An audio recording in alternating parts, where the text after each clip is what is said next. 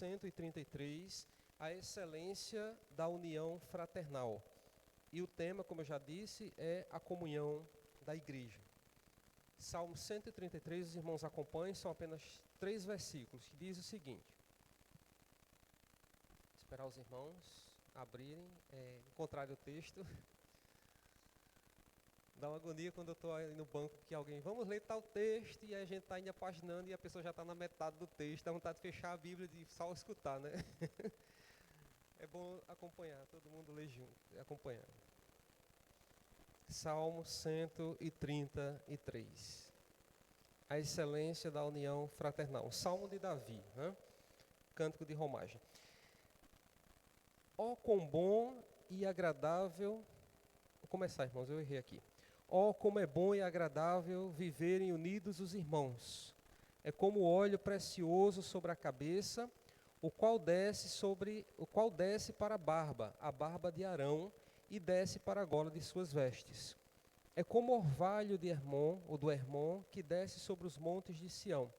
Ali ordena o Senhor a sua bênção e a vida para sempre. Né? Salmo bem curtinho.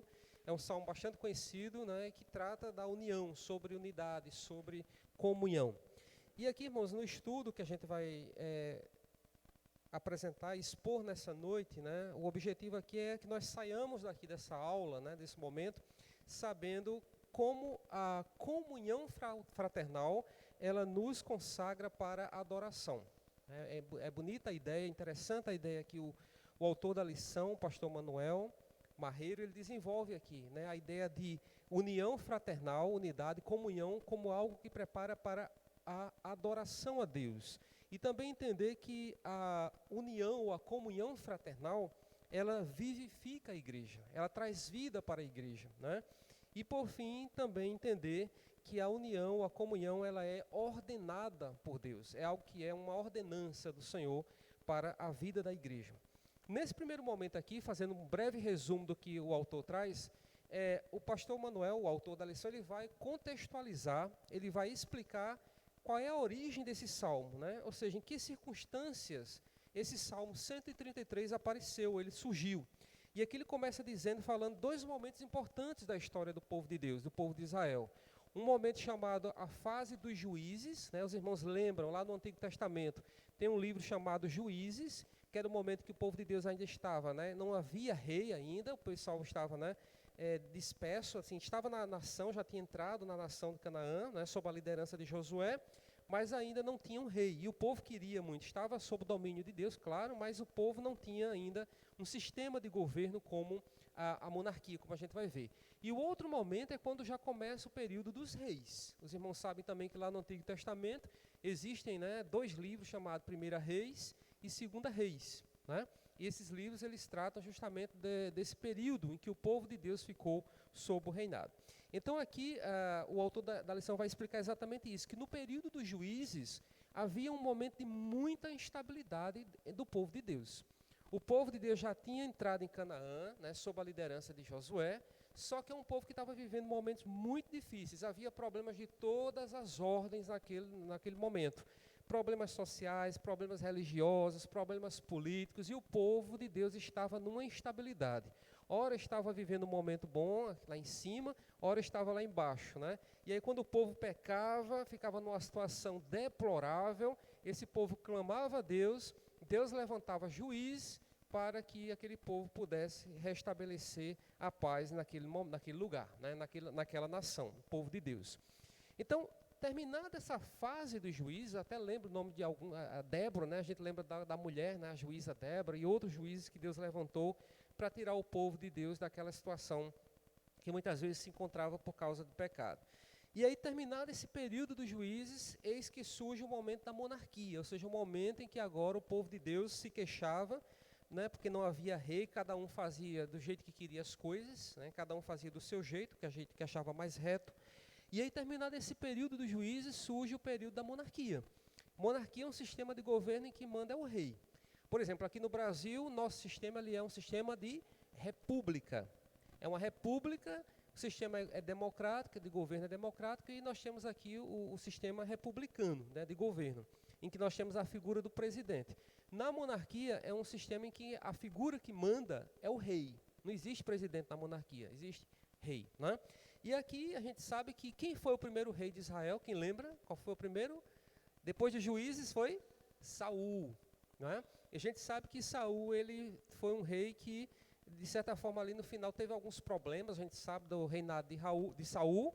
E depois aí o que acontece? Quando Saul morre, quem assume o trono é Davi, né? Estava lá Davi, o homem de Deus, tornou-se rei de Judá. E o que acontece, irmãos? Quando Davi se torna rei de Judá, né, um filho de Saul chamado Isbosete também, ele se tornou rei de outras tribos. E aí o que acontece? O povo de Deus foi dividido, né? Foi dividido. Davi ficou reinando, né, sobre Judá, e Isbosete ficou reinando sobre as outras tribos. E aí o que acontece? Isso gerou um confronto, isso gerou uma guerra, isso gerou um conflito. E nessa guerra, Davi derrotou o filho de Saul, Isbosete. No que ele derrota Isbosete, que era o filho de Saul, ele pôde agora reunir o povo que estava separado. É por isso que lá em 2 Samuel capítulo 5 diz o seguinte: então todas as tribos de Israel vieram a Davi, a Hebrom, e falaram dizendo: somos do mesmo povo de que tu és. Então, nesse sentido, irmãos, depois de séculos de separação, daquela divisão, eis que a nação de Israel estava novamente unida, estava novamente junta. E é por essa razão, é nesse contexto, é nessa situação que Davi escreve esse salmo e diz assim: ó, como é bom e agradável que os irmãos vivam em união. Ou, como é bom e agradável viverem unidos os irmãos. Né? Então, é para os irmãos entenderem por que é que Davi escreve esse salmo. É nessa circunstância aqui em que havia desunião, né? A quebra, existia a divisão aqui entre o povo de Deus. E aí Davi expressa aqui nesse salmo a sua alegria, né? Pela unidade, pela a união do povo que agora foi restaurado. O povo, a unidade do povo foi restaurada, né? E aí agora nós temos a nação de Israel, a identidade da nação do povo de Deus. Então foi essa ocasião em que o Salmo 133 foi escrito. E aí nós vamos ver o que é que nós podemos aprender então sobre a excelência do amor ou da comunhão fraternal, que é o título inclusive do salmo aqui, a excelência da união fraternal. E aí o pastor, o autor da lição, divide em 3 pontos. O primeiro ponto que ele traz aqui é: a comunhão fraternal nos consagra para a adoração. E aí, para a gente entender como é que a união fraternal consagra ou prepara a gente, o povo, para a adoração, é primeiramente interessante, irmãos, a gente entender a figura que o salmista aqui usa, né? Qual é a imagem que ele usa para ilustrar essa comunhão. E a imagem que ele vai trazer aqui é a do sumo sacerdote. Né? Quando vocês leem aí, por exemplo, o versículo 2, ele diz assim: essa união, essa unidade, essa comunhão é como óleo precioso sobre a cabeça, o qual desce para a barba de Arão. Quando a gente lê logo o salmo, a gente pode ficar sem entender muito essas ideias que o salmista traz, mas a gente vai trazer para os irmãos esmiuçar aqui. Então, quando ele diz aqui que é como a barba, né, é como o óleo que desce sobre a cabeça, né, e o qual desce para a barba, ele está tratando aqui justamente da figura do sumo sacerdote.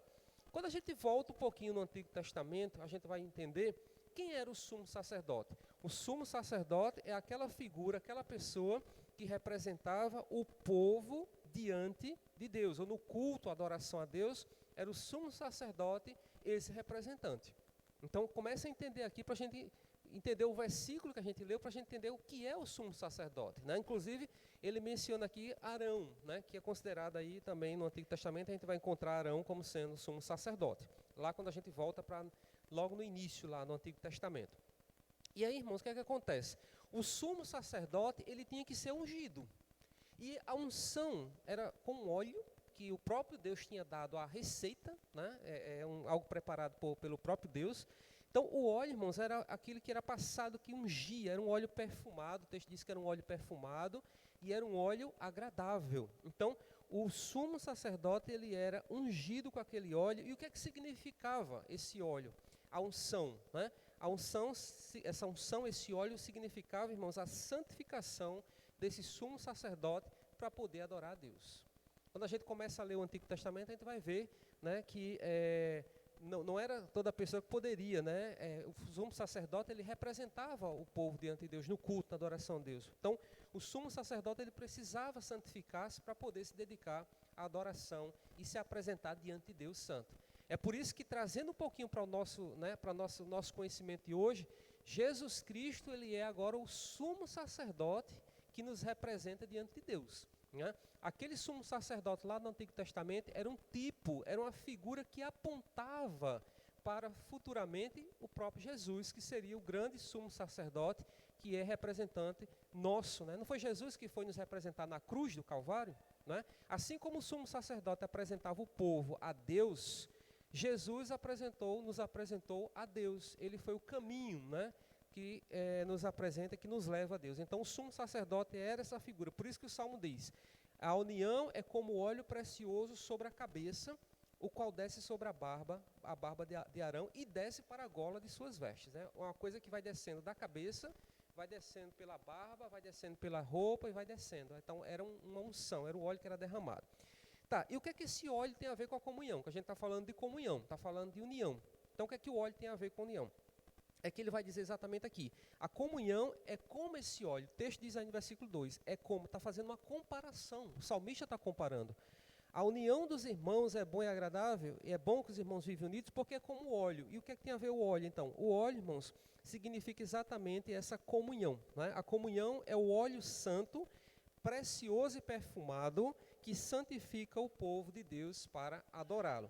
Ou seja, a comunhão é algo que é extremamente precioso para a igreja. Ao ponto, a comunhão é algo tão importante para a igreja, ao ponto de Jesus ter dito aqui no capítulo 5 de Mateus, no versículo 23, diz o seguinte, Mateus 5, 23, a Bíblia diz assim: se, pois, ao trazeres ao altar a tua oferta, ali te lembrares de que teu irmão tem alguma coisa contra ti, deixa perante o altar a tua oferta, vai primeiro reconciliar-te com teu irmão, e então, voltando, faz a tua oferta.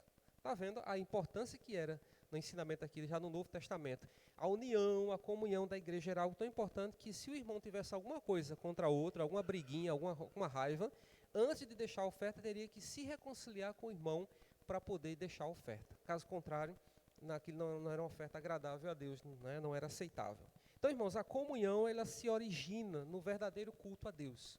A comunhão, ela é exatamente, tem esse significado desse culto, dessa adoração a Deus. A comunhão da igreja é algo que deve ser vista, né, pelo mundo, por aquelas pessoas que estão fora da igreja, desse convívio, como algo que adore a Deus, que exalte e que glorifique o nome de Deus. O mundo tem que olhar para a igreja e ver que essa unidade é algo que glorifica a Deus. Então, o óleo era sagrado. Algumas características aqui para a gente entender o que tem a ver com a comunhão. O óleo era sagrado. Como diz aqui, é algo preparado pelo próprio Deus que tinha dado a Moisés. Lá em Êxodo, capítulo 30, os irmãos podem ler em casa depois, nos versículos 23 a 25, diz, né, que Deus tinha dado a Moisés. Então, a união da igreja, assim como aquele óleo era sagrado, a comunhão da igreja também é algo sagrado, é algo precioso. E por que é algo precioso? Porque é algo que se origina, que nasce do amor do próprio Deus, que nasce do amor ordenado por Deus, e existe para as finalidades, né, para os fins que Deus também indicou. Então veja a preciosidade que é um salmo tão curtinho, só tem 3 versículos, mas mostra a preciosidade que é a união. Outra coisa, a unção era uma obra de Deus, né? Aquele óleo lá que era derramado sobre o sacerdote era algo de Deus e realizado por meio de Moisés, né? Mas quando a gente traz essa realidade para a igreja do Senhor, né, para o contexto da igreja, a união da igreja é uma obra do Espírito Santo. Se a gente for olhar direitinho, como é que a gente olha para a igreja do Senhor e vê pessoas tão diferentes, cabeças diferentes, gostos diferentes, pessoas muito diferentes, mas que estão unidas no mesmo propósito, no único propósito, que é Cristo Jesus. Então, é algo que é extraordinário, é algo que foge. Já pensou se a unidade da igreja fosse depender da gente? Já pararam para pensar como é que seria? É difícil.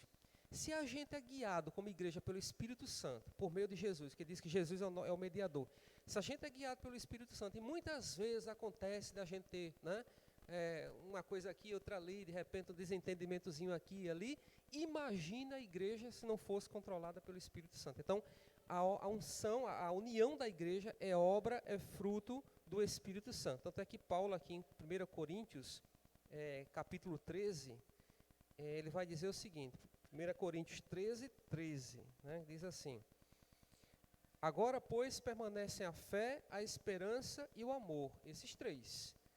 Porém, o maior destes é o amor. Né? Então, o amor que prevalece, permanece, porque é obra de Deus, é obra do Espírito Santo. O que mais que a gente pode ver ainda sobre esse óleo? Diz a importância que era a consagração. Né? O sumo sacerdote, ele precisava, Arão, por exemplo, que é mencionado aqui no Salmo 133, ele estava qualificado por Deus para representar o povo diante de Deus. Né? Então, a unção, ela importava, né, essa consagração, esse sumo sacerdote que era consagrado por Deus para apresentar o povo diante de Deus. Então, a gente vê aqui a importância da consagração. Então, a igreja, da mesma forma, fazendo sempre essa comparação entre o sumo sacerdote, né, como ele agia, né, como ele era designado por Deus para representar o povo diante dele, da mesma forma também na igreja, a união, né, pela união, a igreja, ela vive a sua vida de consagração. Então, a unidade da igreja, a comunhão da igreja, é uma forma de a igreja viver a sua consagração a Deus e servindo a Ele naquilo que é a missão da igreja, né? O papel da igreja, a missão da igreja. Então, vejam aí a importância da consagração. E ainda aqui sobre o óleo, uma outra curiosidade que ele traz sobre o óleo, para a gente entender como a comunhão fraternal nos consagra para a adoração a Deus, é que o óleo começava derramando pela cabeça. Era derramado sobre a cabeça do sumo sacerdote, passava por todo o corpo dele, né, todas as vestes, né, e isso representa o quê? Representa exatamente, quando o óleo desce sobre todo o corpo, representa toda a unidade, ou seja, o corpo é uma unidade, né, expressa a unidade. Então, a união, irmãos, também é algo que funciona dessa maneira. A comunhão fraternal, como ele diz aqui, deve alcançar toda a igreja. A comunhão não é um privilégio de alguns, mas a comunhão é para todo o povo. Assim como aquele óleo descia sobre todo o corpo do sumo sacerdote, a união também deve ser algo que é presente em toda a igreja. A união não é algo apenas de um grupo A, de um grupo B, da liderança, de um grupo de membros, mas toda a igreja, seja com a liderança, seja os liderados, seja os membros, todos eles devem estar unidos. E aí a gente abre um parênteses, uma aplicação para a gente pensar de que na igreja do Senhor não cabe e não pode haver divisão, não é? Ou seja, não pode ter um grupo aqui específico que é unido, que compartilha a vida, que compartilha tudo, e distante da igreja que não tem comunhão, digamos assim, unidade com o restante da igreja. Não pode, né? Não há espaço para grupos isolados, para grupos separados. Mas a igreja como um todo, ela tem que viver e desfrutar dessa comunhão. É claro que existem afinidades. Por exemplo, uma das afinidades que a gente vê logo aqui é quem mora no bairro. Existem pessoas que moram aqui perto da igreja e existem pessoas que moram fora do bairro. Então, eu presumo que muitas vezes é mais fácil quem mora aqui perto da igreja se ver com mais frequência, né?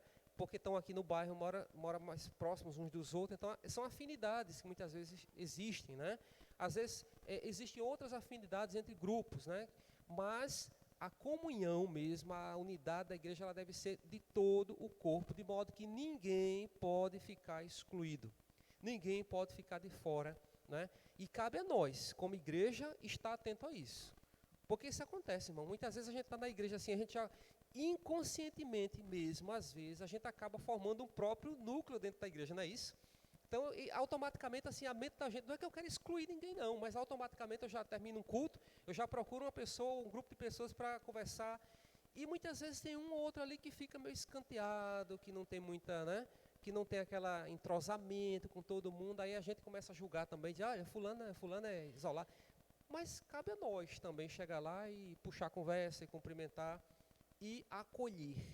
Essa é uma palavra muito importante hoje, nos dias de hoje, acolhimento, né? Acolher todas as pessoas. É um corpo. Um dedo não pode ficar de fora do corpo. Por mais que ele seja pequenininho lá, o mindinho dele, mas tem que estar no corpo, faz parte do corpo. Portanto, tem que ser acolhido. E a gente precisa ter muito cuidado com isso, como igreja, de acolher, né? Porque naturalmente, sem que a gente premedite isso, a gente acaba muitas vezes se fechando em grupos e cercando, e com isso outros vão ficando de fora. Então, o primeiro ponto é esse, a comunhão nos consagra para a adoração. Assim como o sumo sacerdote, a figura que Davi usa aqui, era alguém separado por Deus, qualificado por Deus, consagrado por Deus, para representar o povo diante de Deus. Assim também a união da igreja, a comunhão fraternal, ela nos prepara e nos consagra para adorarmos a Deus. O segundo ponto que a gente vê aqui é que a comunhão fraternal vivifica a igreja. Olha o que diz o versículo 3. É como o orvalho do Hermon que desce sobre os montes de Sião. Ali ordena o Senhor a sua bênção e a vida para sempre. Então, a comunhão fraternal traz vida para a igreja. O que significa dizer que uma igreja que não tem comunhão é uma igreja morta. Igreja em que as pessoas não têm comunhão, não têm unidade, em que é todo mundo separado, em que ninguém que se importa com a vida de ninguém, que não é se importar no sentido de fofocar não, se importar no sentido de preocupar com a vida do outro, né? É desse sentido, irmão, pelo amor de Deus, não é para ninguém estar dando conta da vida de ninguém aí, que vai, o que deixa de fazer, não. É no sentido de que a gente precisa ter esse cuidado com o outro. Mas aqui, além da figura do óleo, que o salmista Davi usa, aparece uma outra comparação aqui, uma outra figura. Ele fala de um monte. É como, aliás, não fala de monte, mas a gente sabe que é monte. É como o orvalho do Hermon. O Hermon, irmãos, era um monte muito importante ali na geografia, digamos assim, né, que ficava ali na Serra do Líbano, ao norte de Israel. Era um monte que tinha cerca de 2.790 metros, portanto era bem alto, né? Era muito alto, Monte Hermon. E é interessante porque quando a gente vai ver aqui o comentário sobre o Monte Hermon, diz que durante toda a parte do ano, todo ano, aquele monte ficava coberto com uma neve, né? Então, vamos imaginar a cena ali quando a gente vê na televisão, aqueles montes e aquela parte do monte toda coberta com uma neve. O que é que acontece? O orvalho, que é aquela aguinha, né? Como sereno, digamos assim, aquele orvalho escorria pelo monte, né? E escorrendo até chegar ali na terra que estava ressecada, que estava seca, que estava árida. E aquela água acabava molhando aquela terra. Imagina a cena, né? Aquele monte alto, a terra seca lá embaixo, e aquele orvalho vai escorrendo aquela água e molhando a terra seca. Por isso que ele diz aqui, a união dos irmãos, olha que comparação linda que ele faz. A união dos irmãos é como o orvalho do Hermon, é como essa água que desce o monte e molha uma terra que está seca, castigada pela seca e molha e traz vida. A mesma coisa é a comunhão na igreja, no povo de Deus. Ela traz vida, ela vivifica, ela tira, né, a sequidão, né? Então o salmista ele vai usar essa ilustração do Hermon, do Monte Hermon, para ensinar que a comunhão faz parte, ou ela traz refrigério em lugar seco e traz vida em lugar morto, né? Olha que coisa interessante. A união da igreja, a comunhão da igreja, ela vai trazer vida para lugar morto e vai trazer vitalidade, vai trazer refrigério para o lugar seco, né? Eu não sei se tem nordestinos aqui de lugares muito secos, mas a gente sabe quando vê depoimentos de pessoas que moraram, que viveram nesses interiores brabos, que não tem água, aquela terra seca. Eu acho que a maior alegria é quando cai uma chuva, né, que molha a terra, que traz ali, é a vida, é a própria vida que surge, porque ali a vegetação vai brotar, a comida vai surgir, o gado, os animais vão ter o que comer, é vida, irmãos. Então, a comparação que o salmista Davi faz com o Monte Hermon é algo muito interessante para a gente entender a importância da comunhão fraternal. Então, a comunhão entre os irmãos, como ele diz aqui, como é bom e agradável viver unidos, irmãos, porque essa união é como esse orvalho, essa água que desce do monte e que espalha vida, que espalha refrigério ali para aquela área seca, para aquela área que não tem vida, né? Então, da mesma forma que esse orvalho desce e produz vida, a união também ela produz a vitalidade entre os irmãos. E é verdade isso, como é bom quando a gente está em comunidade, em que todo mundo aqui compartilha a vida com o outro, ora pelo outro, conversa com o outro, pergunta pelo outro, isso é a unidade, a comunhão, que nos faz sentir como igreja. Agora imagine você entrar num ambiente onde ninguém olha para você, ninguém, né, conversa com você, você ali sai, entra e ninguém percebe. É algo que mata, que não traz vida nenhuma, né? Então essa é a ideia que ele traz aqui da comunhão que vivifica a igreja. A igreja do Deus vivo não é uma igreja morta, mas é uma igreja viva, né? Uma igreja que ela não é improdutiva, ela é uma igreja frutífera. Por isso que a ideia da água, que vai para a terra seca, trazer vida e fazer nascer ali a vida, né? A água vai trazer vida.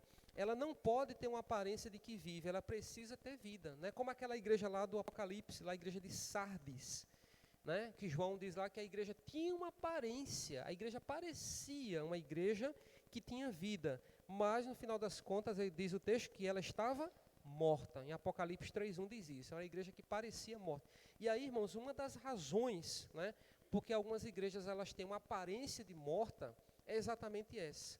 Elas parecem vivas, mas elas estão mortas. E por que algumas igrejas estão mortas por aí?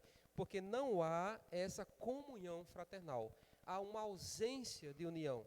E aí a igreja é um corpo. Como a igreja é um corpo, né, e Cristo é o cabeça desse corpo, os membros desse corpo precisam estar ligados. Os membros desse corpo precisam estar conectados para que não haja uma divisão entre os membros desse corpo, né? Mas todos estão unidos ali, certo? Na página 103, o autor vai fazer uma comparação bem interessante. Tem uma citação bem longa aqui que ele traz, em que ele vai mostrar como é que é um funcionamento de um corpo, que é algo fantástico. Algo que Deus fez que é muito bonito. É como o corpo físico ele é formado pelos ossos, pelos tendões, pelos nervos, toda a composição do corpo. É algo fantástico, algo bonito demais. Ele vai dizer que tudo isso funciona de maneira integrada, né? De maneira que uma coisa vai reforçando a outra, né? Todos os ossos, os tendões, os músculos, tudo isso vai formando um sistema, irmãos. E ele vai mostrando a descrição desse corpo, como é que faz. Por exemplo, eu estou aqui gesticulando, estou falando com vocês e minha mão está aqui, é automático. Mas se alguém perder uma função cognitiva no cérebro aqui e comprometer um movimento, os irmãos sabem que passa às vezes meses para a pessoa aprender a movimentar de novo. É só aí que a gente entende a importância do cérebro, do sistema nervoso central, para todo o comando do corpo. Todo, né? Tudo que a gente faz aqui, movimento, chuta, né? A gente vai, chuta, estica a mão, volta com a mão. Tudo isso são movimentos automáticos. Mas existe algo muito forte, né? Algo lindo que Deus criou, que é o sistema nervoso, o cérebro, que controla todas as funções. E isso funciona perfeitamente assim. Tanto é que quando é comprometido, né? Eu lembro que quando a mãe teve o AVC, há 2 anos, pegou o lado direito do corpo um pouquinho, comprometeu, não tirou a sensibilidade, ela sentia, tanto é que qualquer agulhazinha que botasse assim, dava para sentir. Não perdeu a sensibilidade, mas perdeu força, comprometeu a força. Tinha movimento, conseguia mexer, mas não tinha força. Aí a fisioterapia foi toda em cima durante meses para ter força, para recuperar a força, né? Tem gente que tem, aí perde o movimento, aí vai ser fisioterapia para recuperar o movimento. Né? Tem gente que perde a voz, aí vai fazer fisioterapia para... É assim que... Então, só nesse momento que a gente percebe como o cérebro é algo fundamental e fantástico, que Deus criou. Né? Então, da mesma forma é a igreja. A igreja é como esse corpo. Assim como existem os músculos, os tendões, os ossos, todos os órgãos funcionando direitinho, a igreja também precisa. E para isso, irmãos, precisa estar em harmonia. Já imaginou se o osso brigasse com o tendão e com o músculo? Né? E não ia funcionar direito, né? Se esse olho aqui fosse brigar com outro olho, cada um quisesse ser melhor do que o outro, eu sou mais bonito porque eu sou castanho, eu quero ser azul. Enfim, como é que ia ser esse corpo, né? Então, a comunhão, da mesma forma como um corpo está ligado, unido, entrelaçado, para o seu bom funcionamento, a igreja também ela precisa ter esse bom funcionamento aqui. E, por último aqui, né, o autor da lição vai falar sobre a comunhão fraternal. Ela é ordenada por Deus. Não é algo que foi estabelecido por nós ou que depende de nós. Mas a gente vai entender aqui, a partir do versículo que a gente vai ler, de Paulo aos Efésios, que a comunhão ela é ordenada por Deus, porque diz aqui no versículo 3 do Salmo que a gente leu, ó, ali ordena o Senhor. Portanto, a unidade, a comunhão é ordem de Deus. Ali ordena o Senhor a sua bênção e a vida para sempre, né? Então, a primeira questão que a gente pode ver aqui é que a bênção da unidade, ela procede de Deus, né? Ela é algo que vem de Deus.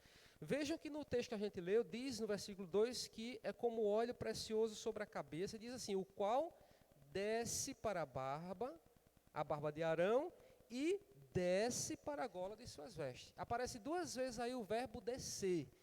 Descer é algo que vem de onde? De baixo para cima? Não, descer vem de cima para baixo.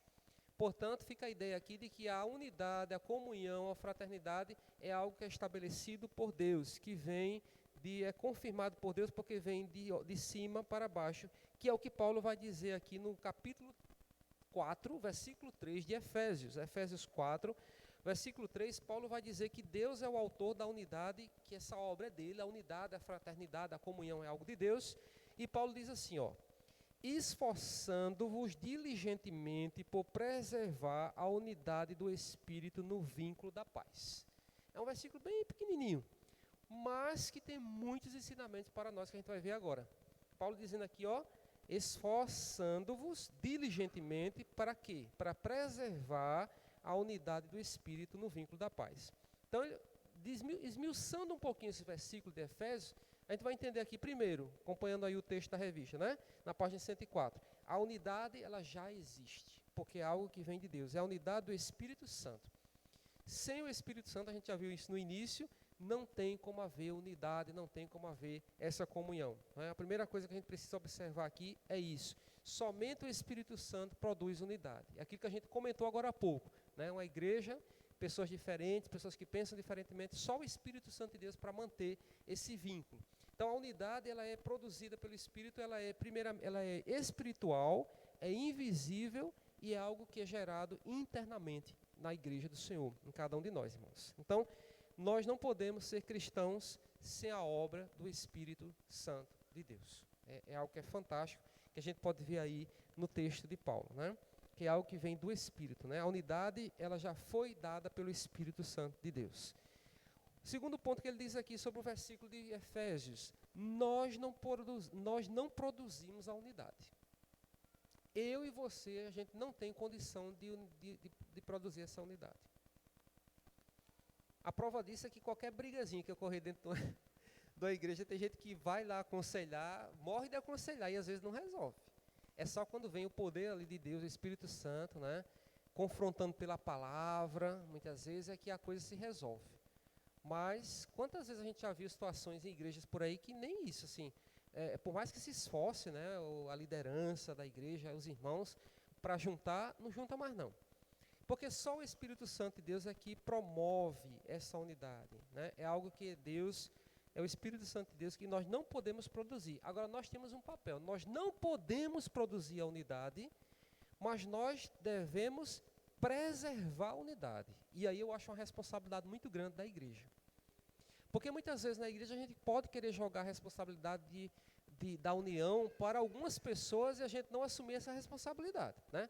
Não, mas o irmão lá, ele é muito colérico, é um irmão muito furioso, é um irmão brabo, é uma irmã braba, é um irmão, começa a botar no outro, né? Por isso que tem briga, porque o irmão também não é muito chato, o irmão aí a gente começa a jogar isso. Mas o texto diz, irmãos, que é responsabilidade de cada um de nós preservar o vínculo da paz. Tem um texto que Paulo, acho que é Paulo, que diz assim, no que depender de vós, tenhais paz com todos os homens, né? Há pessoas que são pacificadas, pessoas que entenderam a mensagem da pacificação. Diante de certas circunstâncias de confusão, são pessoas que vão jogar água para aquele fogo não aumentar. Mas existem pessoas que gostam de ver o circo pegar fogo, inclusive irmãozinhos e irmãzinhas de Cristo, né? Não tem pessoas que são assim, né? Um está contando um negócio, aí começa a jogar lenha naquela fogueira. Lenha não, joga logo querosene, gasolina, joga... joga mais coisa ali para o fogo subir. Ó. Eu quero ver o negócio pegar fogo. E, irmãos, a gente não foi chamado. No Sermão da Montanha, Jesus diz lá, Mateus 5, bem-aventurados os pacificadores, porque serão chamados filhos de Deus. Pacificador é aquela pessoa que está sempre como bombeiro, apagando fogo. E a gente tem que ser assim, irmão. Lembre-se disso. Toda vez que chegar alguma coisa, alguém querendo fazer alguma confusão, intriga e dizer alguma coisa, começa a agir como um bombeiro, começa a apagar esse fogo, porque se soprar esse fogo vai aumentar e daqui a pouco vai estar um incêndio feio, e a gente precisa ter cuidado com isso. A nossa tendência é natural, nossa carnalidade, é jogar lenha na fogueira mesmo, é esquentar, é aumentar. Mas a Bíblia diz que nós somos transformados, né, por Cristo Jesus, e a palavra de Deus diz que nós devemos ser pacificadores. No que depender de vós, tenham paz com todos os homens. Tem um ditado popular que diz também, quando um não quer... É assim? Dois não brigam. Eu não esqueci aqui, deu branco. É isso mesmo. Quando um não quer, dois não brigam. É isso? É. Então é isso mesmo, né? É o pacificador que Jesus está dizendo aqui no Sermão da Montanha, né? Tenha paz. Então, a gente deve preservar, cuidado para não romper, para não quebrar a unidade da igreja, do corpo, porque é o corpo de Cristo. Não é outra coisa não. Não é uma igreja, é o corpo de Cristo. Está mexendo com um negócio errado, né? Está quebrando o corpo de Cristo, né? E como ele diz aqui, temos de manter essa unidade, né? Não criar. É nosso dever guardar essa unidade, preservar a todo custo, forçar todos os nervos e ser diligentes em esforçar-nos para guardá-la e manifestá-la. Então, esse é um aspecto bem importante aqui sobre a comunhão fraternal ordenada por Deus. Ainda sobre esse texto de Paulo, de Efésios 4, também ele diz aqui, nós devemos manter essa unidade porque nós nascemos de Deus. E é super contraditório. Como é que eu sou filho de Deus? Como é que eu sou filho de Deus? E a Bíblia diz que Deus é paz? Então, como é que eu posso ser alguém que não vai preservar a unidade? Que vai, ao contrário, vai quebrar a unidade? Porque no que eu quebro a unidade, eu não sou mais um pacificador. E Mateus diz lá, Mateus 5,9, bem-aventurados os pacificadores, porque serão chamados filhos de Deus. Então, se eu sou nascido de Deus, e Deus é o Deus da paz, então, por consequência, eu vou ser aquele também, eu vou ter que ser aquele que vai promover a paz. Bandeirinha branca, toda hora ali, ó, levanta a bandeirinha branca, calma, somos da paz. Às vezes os ânimos se aquecem, às vezes a gente numa discussão, às vezes os ânimos ficam inflamados, mas a gente precisa voltar para a paz. Outro aspecto que ele diz aqui, nós estamos unidos a Cristo. É outra razão porque a gente deve manter a unidade da igreja, porque nós estamos unidos a Cristo. O que significa? Significa dizer que a unidade é algo tão importante porque o próprio Cristo rogou ao Pai pela nossa união. Vejam aqui no livro de João, Evangelho de João, no capítulo 17, que é a oração sacerdotal de Jesus, aquela oração magnífica, que Jesus está orando por a gente hoje, viu? Inclusive, nós já estávamos sendo contemplados naquela oração. João 17, versículo 20 e 21, Jesus orando diz assim, não rogo somente por estes, aqueles, né, os discípulos lá na época, mas também por aqueles que vierem a crer em mim, portanto a gente hoje, por intermédio da sua palavra, a fim de que todos sejam um. E como és tu, ó Pai, em mim e eu em ti, também sejam eles em nós, para que o mundo creia que tu me enviaste. Olha a oração de Jesus. Jesus está orando, rogando ao Pai pela nossa unidade. Pela nossa unidade, ele diz, a fim de que todos sejam um. Então, a gente não pode, a gente tem que preservar e ter muito cuidado, porque é algo muito caro. Essa unidade, essa comunhão, essa fraternidade que existe na igreja, é algo muito caro, porque foi conquistado na cruz por Cristo, e ele ainda ora ao Pai pedindo pela nossa unidade. Então, a gente não deve buscar, não buscar a união é praticamente negar a Cristo, né? Porque nós estamos unidos a Cristo. O que mais? Ainda fortalecendo esses argumentos, por que a gente deve preservar a unidade? Porque nós somos batizados em um só Espírito. Tudo converge para para a unidade. A própria Trindade que a gente vai ver é uma unidade, né? Então, a partir do momento que a gente começa a distanciar da ideia de comunhão, de unidade, de fraternidade, a gente está negando a Cristo, a gente está negando a própria... Diz aqui, nós fomos batizados em um só Espírito, formando um corpo, né? Veja aqui 1 Coríntios, capítulo 12, versículo 13. Diz assim, pois em um só Espírito todos nós fomos batizados em um corpo, quer judeus, quer gregos, quer escravos, quer livres, e a todos nós foi dado beber de um só Espírito. Então, nós fomos batizados em um só Espírito, que é o Espírito Santo de Deus, né? Então, nós formamos um corpo só. Então, não há razão, nós devemos ter muito cuidado e muito zelo, e ficar atento mesmo. Situações na igreja que a gente perceba que a coisa está caminhando para a quebra da unidade, para a quebra da comunhão, e olha que existem várias situações, irmãos, né? Às vezes até basta um torcer por um time e outro torcer por o outro, se não tiver cuidado, se não vigiar, aquilo ali pode desencadear um ranço ali, um problema, né? E atrapalhar a comunhão. A gente precisa estar alerta para tudo aquilo que possa atrapalhar a nossa unidade. Nada pode, né, quebrar essa unidade que é Cristo. Então, formamos um corpo só e a união deve ser mantida, né? E aqui, por fim, nesse ponto 7, na página 105, nós somos destinados a viver a união. Isso fecha com chave de ouro. Se a gente não tem esse cuidado com a união, com a fraternidade, com a comunhão, como é que a gente um dia vai viver para sempre com Cristo Jesus, com todo mundo? Né? Então, nós somos destinados a viver a união para sempre no céu. Por isso, nós devemos almejar isso já aqui. Né? A pessoa que tem uma certa rejeição pela comunhão, que não quer viver em comunhão, que não quer viver em fraternidade, ela está praticamente dizendo que não quer viver com Cristo eternamente com ninguém. Porque ela não gosta disso aqui, como é que ela vai gostar disso lá na eternidade? Olha só a coisa interessante e forte para a gente pensar.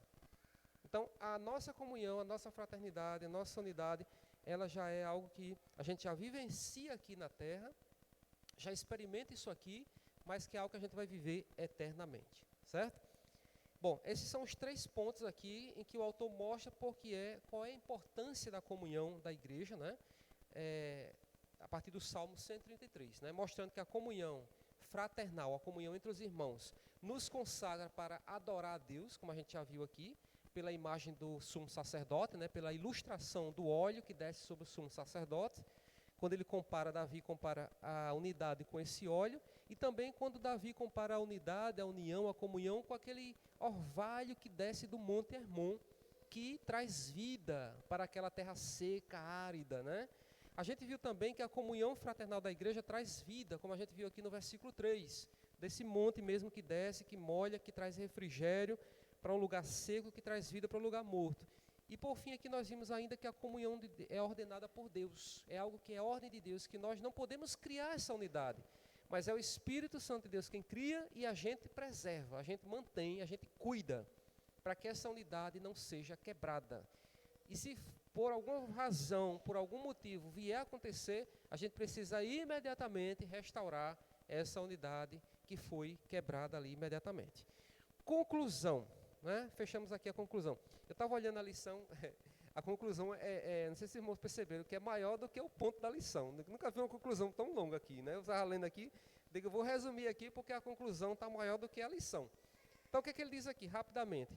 Tendo em vista que a comunhão fraternal é uma bênção para a vida da igreja, devemos empreender todo o esforço para protegê-la e preservá-la, que é o que Paulo diz em Efésios 4:3. Paulo diz, irmãos, inclusive ele usa a palavra esforçar. Não quando ele diz esforçar, é porque não é fácil manter a unidade. Né? Senão ele não diria esforçando-vos diligentemente, quer dizer, com cuidado, com muita cautela, para manter. Significa dizer que a gente precisa ter esse cuidado, irmãos, a responsabilidade. Não é dizer assim, eu vou falar o que me der na telha, o que me der vontade, eu não vou me preocupar com que, se entendeu errado, problema dele, problema dela, eu não quis dizer isso. Não é assim que às vezes a gente quer agir, mas já não, a gente precisa vigiar mesmo na nossa relação na igreja, na nossa unidade, porque, e o diabo também é astuto e pode usar muitas vezes disso para poder abrir uma brecha, né, e quebrar essa unidade. Então aqui, concluindo, preservamos a unidade promovendo a verdade, né? Diz aqui no finalzinho dessa citação, as nossas decisões devem visar sempre a paz da igreja. Tudo que a gente for fazer é pensando na paz da igreja. Mas ele diz aqui, mas sem comprometer a verdade. Né? Porque muitas vezes a gente quer promover a paz na igreja, mas jogar panos quentes em cima de situações. Não, rapaz, vamos esquecer isso aqui, não sei o que. A Bíblia diz assim, mas ali foi um mal-entendido. Aí vai jogando panos quentes. Não pode. Né? É sempre a verdade que tem que estar ali, o compromisso nosso é com a verdade. Então, preservar a unidade, mas promovendo a verdade, trazendo sempre a verdade que é a palavra de Deus. Né? Preservamos a unidade cultivando a humildade. E aí é muito difícil, porque quando a gente está em grupo, em reunião, em comunidade, em igreja, os conflitos eles naturalmente surgem, porque como ele diz aqui, por causa do orgulho, muitas vezes de uns, de outros, o desejo de ser importante, de ser notado, de ser estimado, querer que as coisas funcionem de um jeito e de outro, né? Não, eu acho que essa câmera não fica bom aqui, né? A irmã Elizabeth diz assim, não, a câmera é boa aqui no meio. Aí eu digo, não, irmão, essa câmera fica melhor ali, eu quero que ela fique daquele lado de lá. Aí por essas coisas às vezes acontece, né? Cada um querendo de um jeito. Então, ele diz aqui, preservar a unidade, cultivando a humildade. Cada um, como ele diz aqui, pensando, né, na humildade, sendo humilde, né, nas suas decisões. Como ele diz aqui, somos fracos em comparação com o poder de Deus, somos estúpidos em comparação com a sabedoria, somos ignorantes em comparação com o conhecimento e somos pequenos em comparação com a soberania de Deus. Outro aspecto que ele diz aqui, fechando, preservamos a unidade promovendo a paz. Aquilo que a gente já falou, do pacificador, né? Buscar a paz para com todos os homens, né? Procurando estabelecer a paz entre aqueles que se encontram em desarmonia. Aquilo que a gente já falou, não jogar fogo, gasolina ou lenha, mas jogar água para apagar o fogo. E por último, na página 106, ele diz, nossa união é mantida e preservada por conta da nossa união com Cristo.